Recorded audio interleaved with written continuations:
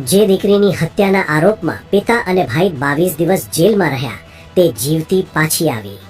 કાયદો અને વ્યવસ્થાની વાતો વચ્ચે મધ્યપ્રદેશના બુરહાનપુરથી એક એવી હચમચાવી દેનારી ઘટના સામે આવી જે સાંભળીને પોલીસ તંત્રની આંધળી તપાસ પરથી તમારો વિશ્વાસ ઉઠી જશે।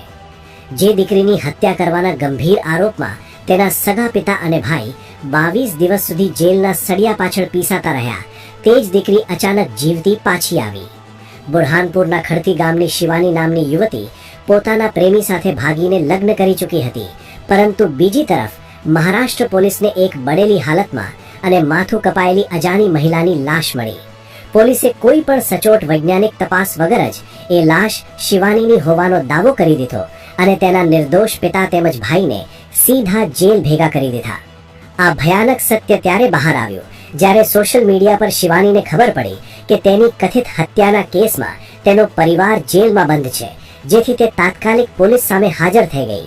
આ ઘટનાએ સાબિત કરી દીધું કે પોલીસ કેટલી હદે બેદરકાર બનીને કામ કરે છે।